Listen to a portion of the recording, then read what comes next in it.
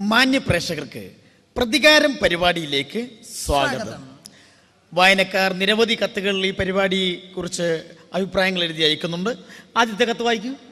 ആദ്യത്തെ കത്ത് ജന്തുസ്ഥാനിൽ നിന്നും ഇന്ദു ബിന്ദു ജന്തു ഗിന്ദു ഗിന്ദു എന്നിവരുടെ കത്താണ്. എന്താണ് ജന്തുസ്ഥാനിൽ നിന്നുള്ളവരുടെ ചോദ്യം? കഴിഞ്ഞ വെള്ളിയാഴ്ച സംപ്രേക്ഷേപണം ചെയ്ത മലയാള സിനിമ 10 പ്രാവശ്യമായിട്ടാണ് കാണിച്ചത്. എന്തുകൊണ്ടാണ് സിനിമ 10 പ്രാവശ്യമായിട്ട് കാണിച്ചത്? അങ്ങനെ കാണിച്ചത് കൊണ്ട് അതിന്റെ കഥാസാരം മനസ്സിലായില്ല എന്നവരാണ് അവരൊക്കെ പറഞ്ഞിരിക്കുന്നത്. വളരെ ശരിയാണ്. കഴിഞ്ഞ ഞായറാഴ്ച പ്രക്ഷേപണം ചെയ്ത മലയാള ചലച്ചിത്രം ഞങ്ങൾ 10 പ്രാവശ്യമായിട്ടാണ് പ്രക്ഷേപണം ചെയ്തത്. അത് മറ്റൊന്നും കൊണ്ടല്ല, ആ ചിത്രം നിർമ്മിച്ചത് ഒരു ഇൻസ്റ്റാൾമെൻറ്റുകാരനായിരുന്നു. അതുകൊണ്ടാണ് 10 പ്രാവശ്യമായിട്ട് പ്രക്ഷേപണം ചെയ്തത്. അടുത്ത ആഴ്ചത്തെ ചിത്രം നിങ്ങൾക്ക് ഒറ്റയടിക്ക് കാണാം. അത് ചിത്രം നിർമ്മിച്ചത് ഒരു ഹോൾസെയിലുകാരനാണ്. അടുത്ത കത്ത് വായിക്കും. അടുത്ത കത്ത് കാവാലത്ത് നിന്നും രാജൻ, കൃഷ്ണൻ, പ്രകാശൻ, രഘു, ജനാർദ്ദനൻ എന്നിവരുടെ കത്താണ്. എന്താണ് കാവാലത്ത് നിന്നും ഇവരുടെയൊക്കെ ചോദ്യങ്ങൾ? കഴിഞ്ഞ വെള്ളിയാഴ്ച വാർത്ത വായിക്കുന്നതിനിടയില് ഡ്രംസ് കൊട്ടുന്ന പോലുള്ള ശബ്ദം കേട്ടു. അത് ഡ്രംസിന്റെ ശബ്ദം കേൾപ്പിച്ചതാണോ അതോ അറിയാതെ കയറി വന്നതാണോ എന്നാണ് അവര് ചോദിച്ചിരിക്കുന്നത്. എന്നാണ് നമ്മൾ ആ വാർത്ത പ്രക്ഷേപണം ചെയ്തത്? കഴിഞ്ഞ വെള്ളിയാഴ്ച. മാന്യ പ്രേക്ഷകൻ ചോദിച്ചിരിക്കുന്നത് വളരെ ഉചിതമായൊരു ചോദ്യമാണ്, വളരെ സത്യസന്ധമായൊരു ചോദ്യമാണ് ചോദിച്ചിരിക്കുന്നത്. കഴിഞ്ഞ വെള്ളിയാഴ്ച വാർത്ത വായിച്ചപ്പോൾ ഞങ്ങൾ ഡ്രംസ് കൊട്ടുന്ന ശബ്ദം കേൾപ്പിച്ചതല്ല. അന്ന് ആദ്യമായി വാർത്ത വായിച്ച അന്നാമ്മയുടെ ചങ്കിടിച്ച ശബ്ദമാണ് കേട്ടത്. ഇനി അന്നാമ്മയോട് പതുക്കെ ചങ്കിടിപ്പിക്കാൻ പറയാം. അടുത്ത കത്ത് വായിക്കും. അടുത്ത കത്ത് OPR ram full 1 salsa pint 2 മുട്ട ബുൾസൈ 4 ഓംലെറ്റ് 2. ഇതൊക്കെ എടുത്ത് വായിക്കാൻ പറഞ്ഞു. അടുത്ത കത്ത് വായിക്കൂ. അടുത്ത കത്ത് ഒരു അഭിനന്ദന കത്താണ്. അഭിനന്ദന കത്താണോ? അതെ, വായിക്കൂ. കുന്നേൽ നിന്ന് സോജ, അച്ചു, സൗമ്യ, ലേഖ, പൊന്നു എന്നിവരുടെ കത്താണ്. എന്താണ് ഇവരുടെയൊക്കെ ചോദ്യങ്ങൾ? കഴിഞ്ഞ ഞായറാഴ്ച സംപ്രക്ഷേപണം ചെയ്ത് യേശു ക്രിസ്തുവിനെ കുറിച്ചുള്ള പരിപാടി ഞായറാഴ്ച പ്രക്ഷേപണം ചെയ്തു. അതെ, യേശു ക്രിസ്തുവിനെ കുറിച്ചുള്ള പരിപാടി വളരെ വളരെ വളരെ നന്നായിരിക്കുന്നു എന്നാണ് അവർ എഴുതി അറിയിച്ചിരിക്കുന്നത്. മാന്യ പ്രേക്ഷകർ അഭിനന്ദനങ്ങൾ അറിയിച്ചതിൽ വളരെ സന്തോഷം. കഴിഞ്ഞ ഞായറാഴ്ച എന്നാണ് നമ്മൾ പ്രക്ഷേപണം ചെയ്തത്? കഴിഞ്ഞ ഞായറാഴ്ച. എത്ര മണിക്ക്? രാത്രി 7 മണിക്ക്. മാന്യ പ്രേക്ഷകൻ ക്ഷമിക്കണം, അന്ന് ഞങ്ങൾ യേശുക്രിസ്തുവിനെ കുറിച്ചുള്ള ഡോക്യുമെന്ററി അല്ല പ്രക്ഷേപണം ചെയ്തത്. ചലച്ചിത്ര താരം ബാബു ആന്റണിയുടെ ആത്മകഥ ഞങ്ങൾ പ്രക്ഷേപണം ചെയ്തതാണ്. തെറ്റിദ്ധരിച്ചതിൽ ഖേദിക്കുന്നു. അടുത്ത കത്ത് വായിക്കൂ. എന്താ വരുന്നേ? ആരണ്ട് വരുന്നു കേട്ടോ. എന്തുവാ ഇതൊക്കെ കുറച്ച് മര്യാദ വേണ്ടേ? മാന്യ പ്രേക്ഷകർ ക്ഷമിക്കണം, പരിപാടിക്കിടയിൽ തടസ്സം നേരിട്ടതിൽ ഖേദിക്കുന്നു. അടുത്ത കത്ത് വായിക്കും. അടുത്ത കത്ത് മുള്ളംകുഴിയിൽ നിന്നും ഭാസ്കരൻ, നിഷ്കരൻ, തഷ്കരൻ, പുഷ്കരൻ, പുഷ്കരൻ, കഷ്കരൻ എന്നിവരുടെ കത്താണ്.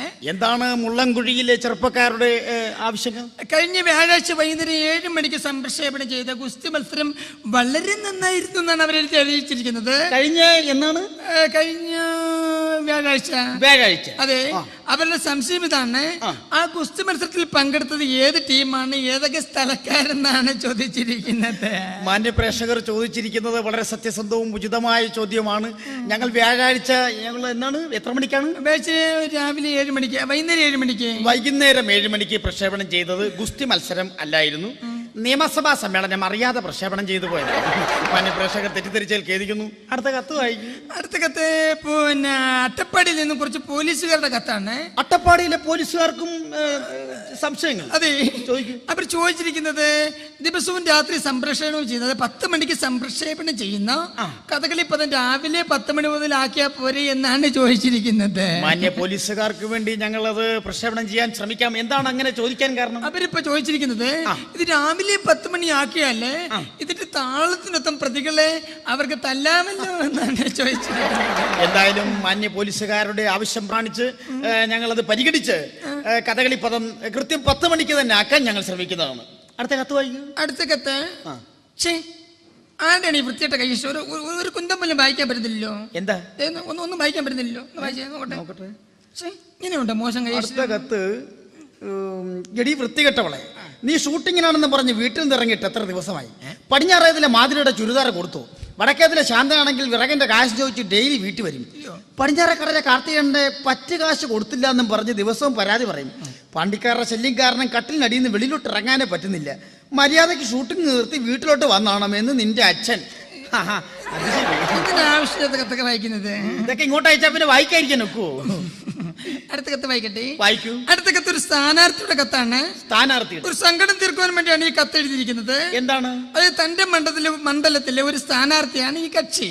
എന്താണ് ചോദ്യം? അതായത് തന്റെ എതിർ സ്ഥാനാർത്ഥിയുടെ ചിഹ്നം കുടയാണ്. കുട. അതുകൊണ്ട് എതിർ സ്ഥാനാർത്ഥി എല്ലാ വീടുകളിലും കയറി ഇറങ്ങി കുട വിതരണം ചെയ്യുന്നു. അതുകൊണ്ട് താൻ ഭയങ്കര സങ്കടത്തിലാണെന്നാണ് പുള്ളി അറിയിച്ചിരിക്കുന്നത്. എതിർ സ്ഥാനാർത്ഥിയുടെ ചിഹ്നം കുടയാണ്. സ്ഥാനാർത്ഥി എല്ലാ വീടുകളിലും കയറി ഇറങ്ങുന്നു. കുട കൊടുക്കുന്നു. അതിരിക്കട്ടെ, നമ്മുടെ ഈ കത്തയച്ചിരിക്കുന്ന സ്ഥാനാർത്ഥിയുടെ ചിഹ്നം എന്താണ്? പുള്ളിക്കാരന്റെ ചിഹ്നം കഴുതയാണെന്നാണ് അറിയിച്ചിരിക്കുന്നത്. മാന്യ സ്ഥാനാർത്ഥി ഒറ്റ കാര്യം ചെയ്താൽ മതി, കുട വിതരണം ചെയ്യണ്ട, എല്ലാ വീടുകളിലും തന്നെ ഒന്ന് കയറി ഇറങ്ങിയാൽ മതി, വോട്ട് കിട്ടിക്കോളും. അടുത്ത കത്ത് വായിക്കൂ. അടുത്ത കത്ത് ഞാനിത് എങ്ങനെ വായിക്കും? എന്താ വായിക്കാത്തത്? എനിക്ക് നാണമാ. അയ്യോ, വായിക്കുന്നേ. എനിക്ക് ലജ്ഞയാന്ന് പറഞ്ഞില്ലയോ? അങ്ങനൊന്നും പറയരുത്, നാട്ടുകാർ കണ്ടോണ്ടിരിക്കുക. വായിക്ക്. അടുത്ത കത്ത് സ്ഥിരമായി പ്രതികരണം പരിപാടിയിൽ മറുപടി പറയാറുള്ള ചേട്ടനും ചേച്ചിയും തമ്മില്. എനിക്ക് വയ്യ. ചേട്ടനും ചേച്ചിയും തമ്മില് ഞാൻ എങ്ങനെ ചേട്ടൻ ഇത് വായിക്കുന്നേ? വായിക്കുന്നേ. ചേട്ടനും ചേച്ചിയും തമ്മില്. ചേട്ടനും ചേച്ചിയും തമ്മിൽ പ്രേമത്തിലാണോ എന്ന്? ആന്നോ? എന്തായാലും മാന്യ പ്രേക്ഷകൻ, ഞാൻ വളരെ കാലമായി ആഗ്രഹിച്ചിരുന്ന ഒരു ചോദ്യമാണ് ചോദിച്ചിരിക്കുന്നത്. ഇതുപോലുള്ള നിരവധി കത്തുകൾ അയക്കണം. കാരണം ഇതിൽ നിന്ന് പ്രചോദനം ഉൾക്കൊണ്ടുകൊണ്ട് വീണ്ടും എനിക്ക് ഈ പ്രോഗ്രാം അവതരിപ്പിക്കാനുള്ള ആവേശം നൽകും. എന്തായാലും ചോദ്യം ചോദിച്ചതിന് അഭിനന്ദനങ്ങൾ. ഇത്രയും നാൾ അടുത്തിരുന്ന വാർത്ത വായിച്ച് എനിക്ക് അങ്ങോട്ട് അടുപ്പമുണ്ട്, ഇങ്ങോട്ട് എങ്ങനെയാന്ന് ഇതുവരെ അറിഞ്ഞിട്ടില്ല. ഇങ്ങോട്ടുള്ള അടുപ്പം എങ്ങനെയാണെന്നതിനെ കുറിച്ചുള്ള തത്സമയ സംപ്രേഷണം നിങ്ങൾക്ക് ഇപ്പോൾ കാണാം. ഇപ്പൊ മനസ്സിലായില്ല ഇങ്ങോട്ടുള്ള അടുപ്പം എങ്ങനെയാണെന്ന്. ദയവേദി ഇങ്ങനെയുള്ള കത്തുകൾ അയക്കരുത്. നമസ്കാരം.